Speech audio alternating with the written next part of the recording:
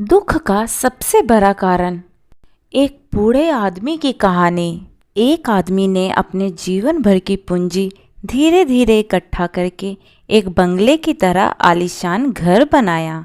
इस आदमी को उस घर पर बहुत ज़्यादा मोह था। वह घर की जी जान से देखभाल करता था।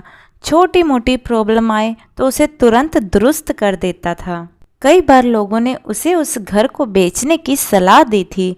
बहुत लोगों ने उसे बहुत अच्छी कीमत पर उस घर को मांगा भी था। उसका खुद का बेटा भी अच्छी कीमत मिलने से उस घर को बेचने के लिए तैयार था, लेकिन वो आदमी कभी भी उस घर को छोड़ने के लिए तैयार नहीं था। उसे जीवन में किसी भी और वस्तु से ज़्यादा इस घर पर गर्व था, अभिमान था। एक दिन वो आदमी बाजार गया हुआ था। जब वह बाजार से लौटा तो उसने देखा कि उसके घर के सामने बहुत बड़ी भीड़ जमा है। वह दौड़ते हुए आया तो उसे बहुत बड़ा आघात लगा, क्योंकि उस घर में आग लग चुकी थी। अपने सबसे प्यारे घर को ऐसे आग में जलते हुए देखकर वह अधमरा सा हो गया। उसे समझ में नहीं आ रहा था कि वह क्या करे। उसने निर्णय लिया कि अगर उसका घर नहीं रहेगा तो वो भी नहीं रहेगा। वह भी उसी जलते हुए घर में अपनी जान दे देगा। अपने दुख में जब वो आदमी जलते हुए घर में जाकर अपनी जान देने गया, तब वहाँ तमाशा देख रहे लोगों में से एक ने उसे रोक लिया और उसे कहा कि क्यों बेवजह अपनी जान देना चाहते हो, क्योंकि अब यह घर तुम्हारा नहीं है। एक दिन पहले ही तुम्हारे बेटे ने इस घर का सौदा किसी के साथ कर दिया था। जैसे ही उस आदमी को इस बात का पता चला तो उसका सारा दुख खत्म हो गया।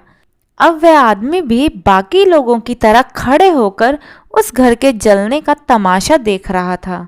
जब वहां पर उस आदमी का बेटा आया तो वह आदमी अपने बेटे के पास जाकर उसे कहने लगा, ज़रूर मैंने पिछले जन्म में कई पुण्य किए होंगे, इसलिए मुझे तुम्हारे जैसा बेटा मिला है।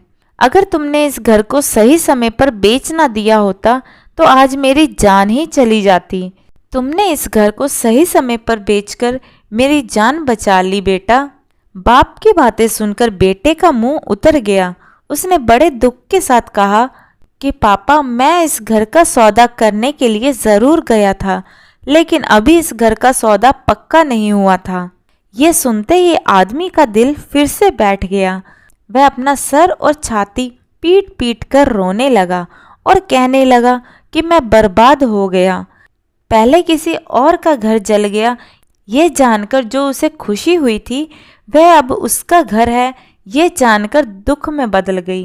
दोस्तों, इस कहानी से हम बहुत अच्छी तरह से समझ सकते हैं कि दुख का कारण किसी भी चीज़ को अपना मानना होता है।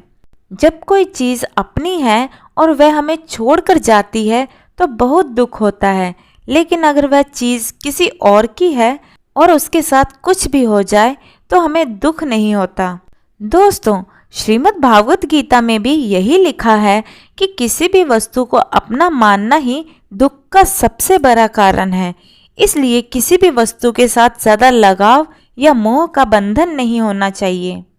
अगर हम ऐसा कर सकें तो हमें जीवन में कभी दुख होगा ही नहीं।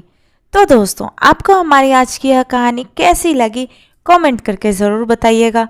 कहानी पसंद आई हो तो वीडियो को लाइक शेयर करें और चैनल हिंदी स्टोरीज डीरो को सब्सक्राइब करना ना भूलें। वीडियो को पूरा देखने के लिए बहुत बहुत धन्यवाद दोस्तों। तो मिलते हैं अगली कहानी में, तब तक के लिए जय श्री कृष्णा।